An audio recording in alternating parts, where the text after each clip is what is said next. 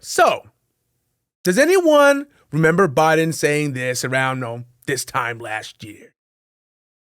If Russia invades, that means tanks or troops crossing the border of Ukraine again. Then there will be no longer a Nord Stream 2. We will bring an end to it. How will you do that exactly, since the project and control of the project is within Germany's control? We will, I promise you, we'll be able to do it.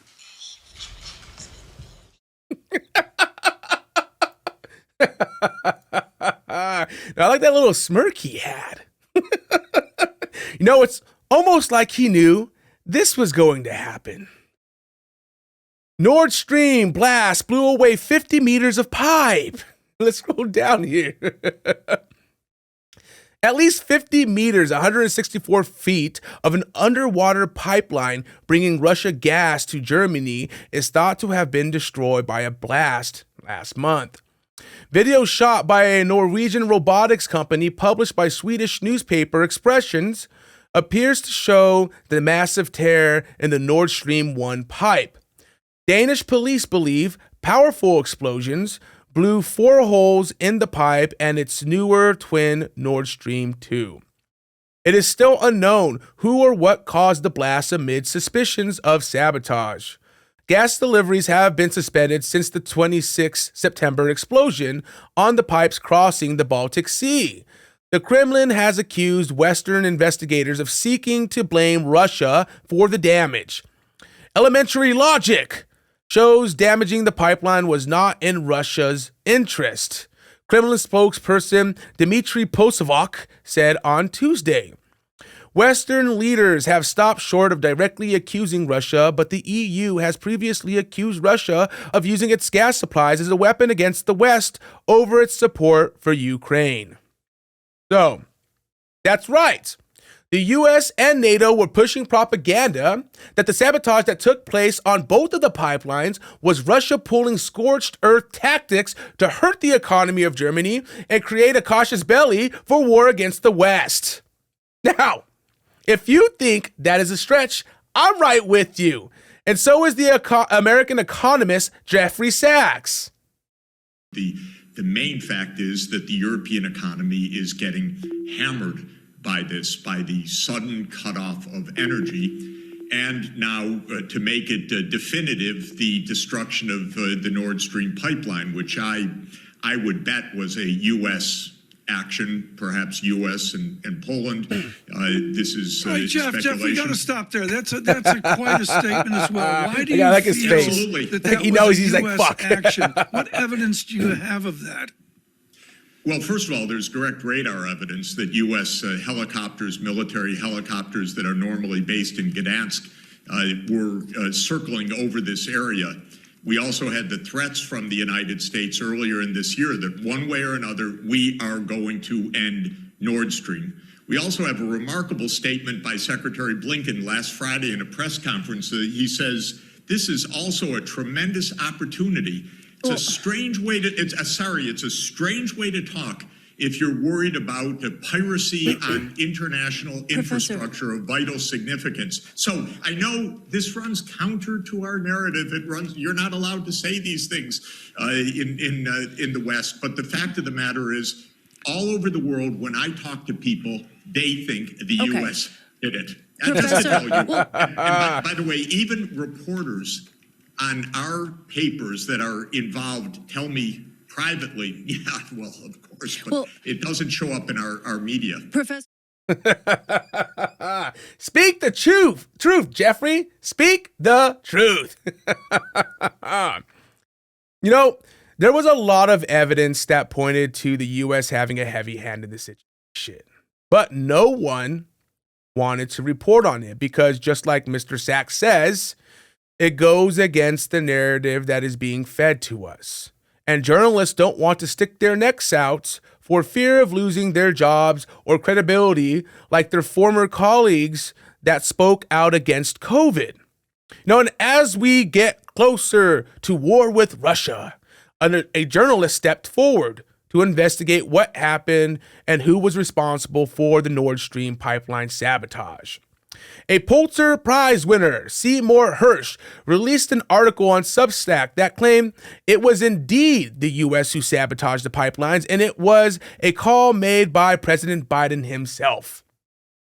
His claims come from an anonymous source within the government. Now, people are super skeptical about this because the source are anonymous, but hopefully this article will gather other journalists to start digging up evidence to prove the claims. So the article is called How America Took Out the Nord Stream Pipeline, and Seymour doesn't take his time getting into it. So I'm going to read several paragraphs from the first portion of the article and then talk about it. And if you want to read the full article, it will be in the description below. So let's bring this up. All right, so How America Took Out the Nord Stream Pipeline. Scroll down here. The U.S. Navy Diving and Salvage Center can be found in a location as obscure as its name, down what was once a country lane in rural Panama City, a now booming resort city in the southwestern panhandle of Florida. 70 miles south of the Alabama border, the center's complex is as nondescript as its location. A drab concrete post-World War II structure that has the look of a vocational high school on the west side of Chicago. A coin-operated laundromat and a dance school are across what is now a 4-lane road. The center has been training highly skilled deep water divers for decades who, once assigned to American military units, are capable of technical diving to do the good, using C4 explosives to clear harbors and beaches of debris and unexplored ordnance, as well as the bad, like blowing up foreign oil rigs, fouling intake valves for undersea power plants, destroying locks on crucial shipping canals. The Panama City, which boasts the second largest indoor pool in America, was the perfect place to recruit the best and most taciturn graduates of the diving school who successfully did last summer what they had been authorized to do 260 feet under the surface of the Baltic Sea. Last June, the Navy divers, operating under the cover of a widely publicized midsummer NATO excursion known as Sabotage 22, planted the remotely triggered explosives that, 3 months later, destroyed 3 of the 4 Nord Stream pipelines, according to a source with direct knowledge of the operational planning. 2 of the pipelines, which were known collectively as Nord Stream 1, had been providing Germany and much of Western Europe with cheap Russian natural gas for more than a decade. A second pair of pipelines called Nord Stream 2 had been built but were not yet operational. Now, with Russia troops massing on the Ukraine border and the bloodiest war in Europe since 1945 looming, President Joseph Biden saw the pipelines as a vehicle for Vladimir Putin to weaponize natural gas for his political territorial ambitions. Asked for comment, Adrienne Watson, a White House spokesperson, said in an email, "This is false and complete fiction." Tammy Thorup, a spokesperson for the Central Intelligence Agency, similarly wrote, "The claim is completely and utterly false." Biden's decision to sabotage the pipelines came after more than 9 months of highly secret back and forth debate inside Washington's National Security Committee about how to best achieve that goal. For much of the time, the issue was not whether to do the mission, but how to get it done with no overt clue as to who was responsible. There was a vital bureaucratic reason for relying on the graduates of the center's hardcore diving school in Panama City. The divers were Navy only, and not members of America's Special Operations Command, whose covert operations must be reported to Congress and briefed in advance of the Senate and House leadership, the so-called Gang of Eights. The Biden administration was doing everything possible to avoid leaks as the planning took place late in 2001 into the first months of 2022. And it continues to say, From its earliest days, Nord Stream 1 was seen by Washington and its anti-Russian NATO partners as a threat to Western dominancy. The holding company behind it, Nord Stream AG, was incorporated in Switzerland in 2005 in partnership with Gazprom, a publicly traded Russian company producing enormous profits for shareholders, which is dominated by oligarchs known to be in the thrall of Putin. Gazprom controlled 51% of the company, with 4 European energy firms, 1 in France, 1 in the Netherlands, and 2 in Germany, sharing the remaining 49% of stock and having the right to control downstream sales of the inexpensive natural gas to local distributors in Germany and Western Europe. Gazprom's profits were shared with the Russian government, and state gas and oil revenues were estimated in some years to amount to as much as 45% of Russia's annual budget. America's political fears were real.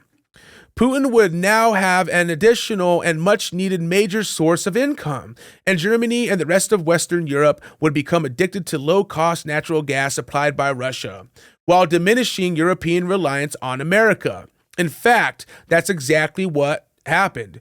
Many Germans saw Nord Stream 1 as part of the deliverance of former Chancellor Willy Brandt's famed ostopolitical theory, which would enable post-war Germany to rehabilitate itself and other European nations destroyed in World War II by, among other initiatives, utilizing cheap Russian gas to fuel a prosperous Western Europe market and trading economy.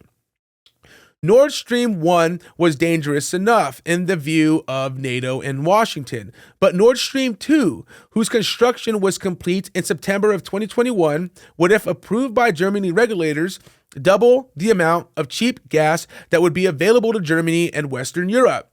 The second pipeline also would provide enough gas for more than 50% of Germans' annual consumption. Tensions were constantly escalating between Russia and NATO, backed by the aggressive foreign policy of the Biden administration. So, essentially, what we read is bombs were placed on the pipelines during the multi-nation war game known as Baltops 22 by Navy deep sea divers that are part of a diving school in Panama, Florida, and they were remotely detonated shortly after Russia invaded Ukraine. And the reason we destroyed the pipelines is because it would keep Germany and other Western European countries reliant on NATO and the US, and would also keep Russia from making gains economically. Which is not too far-fetched, no. America's interest right now is to make sure the petrodollar, which is basically our money used in other countries as a gold standard, to keep that in place. That's why we print and send money all over the place. Haven't you ever wondered why these omnibus bills send millions of dollars to other countries for gender studies, to help build museums, to purchase weapons? No, we do that so our currency is in constant flows. Other countries use American currency to purchase goods from other countries. It powers our currency so we can continue to print money with no consequence. Russia is making a parallel economy with Germany that is running off the ruble and the mark. And that is bad for business because it gives the American dollar competition. That is exactly why we don't want Ukraine getting friendly with Russia. That is exactly why we staged a coup in 2014 within Ukraine, because the current president at that time was getting too close to Russia. Ukraine has strategic access to the Black Sea, and Ukraine has strategic resources like grain and gas. The U.S. wants the gas in Ukraine so we can build pipelines to Germany and Western Europe, and it will be funded by the U.S. dollar, and we get a fucking cut because we will control the prices. Now, that's why Hunter Biden was on the board of Burisma, which is a company that does energy exploration and production. We needed a person to be there to be a puppet for the American government. Now, that makes sense to me, but hey, what do I know, Now, I just find it weird. And this article written by Seymour Hersh creates more suspicions as to why we are so interested in Ukraine. The article explains how everything was planned to sabotage these pipelines. The US and NATO were working with Norwegia. We used them to get close to the pipelines in the war games that took place to blow up the pipelines. You know, and I don't know what the end game is here, but what I do know is there's three options currently. All right? 1, Ukraine falls. 2, NATO and the US go into full-blown war with Russia, and China then follows suit, seeing an advantage to take strategic areas like Taiwan. Or 3, we push a peace treaty, which means we give Russia some of Ukraine. And the third option is the best option. Now, whether it happens or not, time will tell. And that ends the big lead. The sharing of biased and False news has become all too common on social media. More alarming, some media simply aren't true without checking facts first. Unfortunately, some members of the media use their platforms to push their own personal bias and agenda to control exactly what people think. And this is extremely dangerous to our democracy. This is extremely dangerous to our democracy.